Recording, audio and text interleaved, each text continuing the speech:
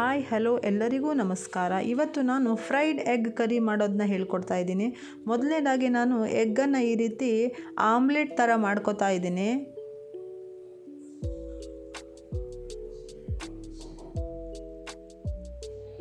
ಇನ್ನೊಂದು ಪಾತ್ರೆಗೆ ಸ್ವಲ್ಪ ಎಣ್ಣೆ, 1 ಕಪ್ ಆಗುವಷ್ಟು ಈರುಳ್ಳಿಯನ್ನು ಸೇರಿಸಿ ಚೆನ್ನಾಗಿ ಫ್ರೈ ಮಾಡ್ತಾ ಇದ್ದೀನಿ.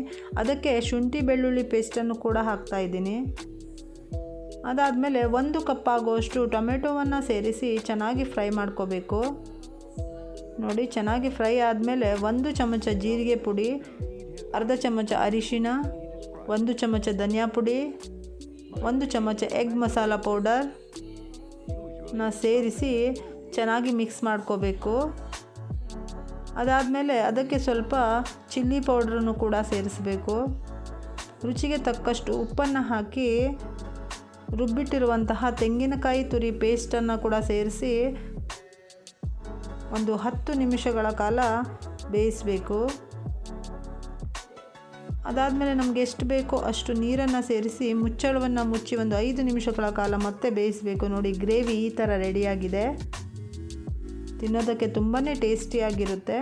ಈಗ ನಾನು ಮಾಡಿಟ್ಟಿರುವಂಥ ಆಮ್ಲೆಟನ್ನು ಕೂಡ ಇದಕ್ಕೆ ಸೇರಿಸಿ ಈ ಥರ ಕೋಟ್ ಮಾಡಬೇಕು. ಅದಾದಮೇಲೆ ಒಂದು 2-3 ಚಿಲ್ಲಿಯನ್ನು ಕೂಡ ಇಡ್ತಾ ಇದ್ದೀನಿ. ಇದರಿಂದ ಫ್ಲೇವರ್ ಚೆನ್ನಾಗಿ ಬರುತ್ತೆ. ಹಾಗೆ ಗ್ಯಾಸನ್ನು ಆಫ್ ಮಾಡಿ ಕೊತ್ತಂಬರಿ ಸೊಪ್ಪನ್ನು ಸೇರಿಸ್ತಾ ಇದ್ದೀನಿ. ನೋಡಿ, ತುಂಬ ಸುಲಭವಾಗಿ ಮಾಡಬಹುದಾದಂತಹ ಎಗ್ ಕರಿ ರೆಡಿಯಾಗಿದೆ. ನೀವು ಒಂದು ಸಲ ಟ್ರೈ ಮಾಡಿ.